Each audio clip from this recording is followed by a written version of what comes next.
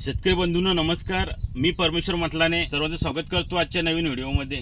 तर शेतकरी मित्रांनो, आज आपण केळी बागेमध्ये उभा आहे। तर या केळी बागेमध्ये सध्या डेव्हलपमेंट वगैरे चांगली दिसत आहे आपल्याला, पण या केळी बागेमध्ये तुम्ही बघू शकता हे काय हे सगळ्यांना समजून असेल, हे अळीचा जो प्रादुर्भाव आहे, अळीचा प्रादुर्भाव हा सुरू झालेला आहे। आता अळीचं याच्यामध्ये मेन जे अळी आहे, आता तुम्ही बघू शकता पानावर पण आपल्याला अळी आहे मेलेली दिसत आहे, हे बघा। तर याचं सर्वात महत्त्वाचं कारण काय अळी येण्याचं, सर्वात महत्त्वाचं तुम्ही खाली बघू शकता हे किती तण झालेलं आहे शेतामध्ये। या तणामुळे सर्वात महत्त्वाचं म्हणजे हे जे होस्ट आहे, हे तण म्हणजे होस्ट आहे की जे आपण घर म्हणतो राहण्यासाठी, ते मेन हे तण आहे। तर आपल्याला सर्वात महत्त्वाचं काम करायचं एक म्हणजे की आपल्या शेतामधलं तण विरहित आपल्याला ठेवायचं आहे केळीची बाग।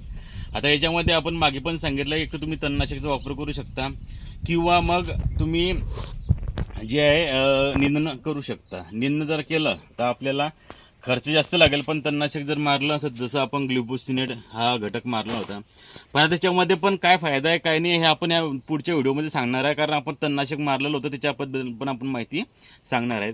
तर आता सर्वात महत्त्वाचं म्हणजे हे जे अळी आहे, हे बघा तुम्ही विष्ठा याच्यावर पूर्ण दिसते।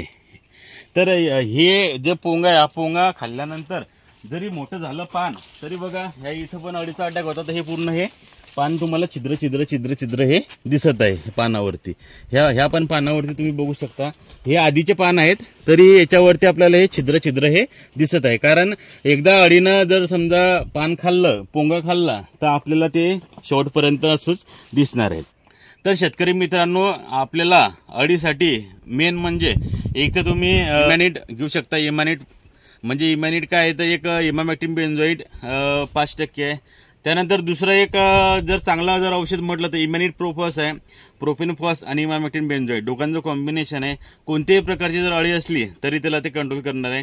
फक्त फवारताना सोबत एक चांगल्या प्रकारचं एक बुरशीनाशक आपल्याला घ्यायचं आहे, कारण सध्या आता जे वातावरण आहे, पाऊस चालू आहे, बंद आहे, ढगाळ वातावरण आहे, त्याच्यामुळे करपा पण येऊ शकतो। त्याकरता आपल्याला इमामॅक्टिन बेंझोइट सोबत एक बुरशीनाशक घ्यायचं आहे।